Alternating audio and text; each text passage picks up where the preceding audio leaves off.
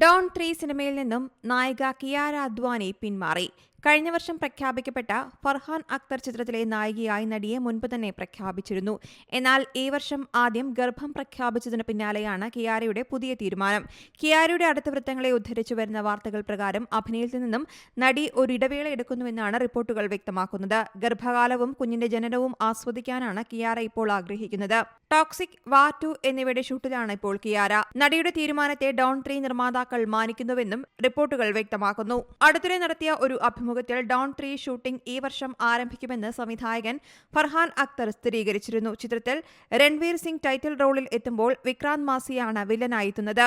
ഷാറൂഖ് ഖാൻ പിന്മാറിയതിനെ തുടർന്നാണ് രൺവീർ സിംഗ് ഡോൺ എന്ന ടൈറ്റിൽ റോളിലെത്തിയത്. രാംചരൺ ശങ്കർ ടീമിന്റെ ഗെയിം ചേഞ്ചർ ആയിരുന്നു കിയാര അദ്വാനിയുടെ അവസാന ചിത്രം. കിയാരയുടെ ആദ്യത്തെ സൗത്ത് ഇന്ത്യൻ അരങ്ങേറ്റ ചിത്രമായിരുന്നു ഇത്. എന്നാൽ ചിത്രം വലിയ വിജയം നേടിയില്ല.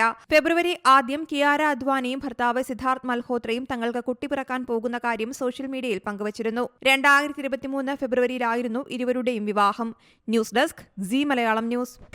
പുതിയ വാർത്തകളും വിശേഷങ്ങളും ഇനി വിരൽ തുമ്പിൽ. എല്ലാ ഡിജിറ്റൽ പ്ലാറ്റ്ഫോമുകളിലും ഇപ്പോൾ സീ മലയാളം ന്യൂസ് ലഭ്യം.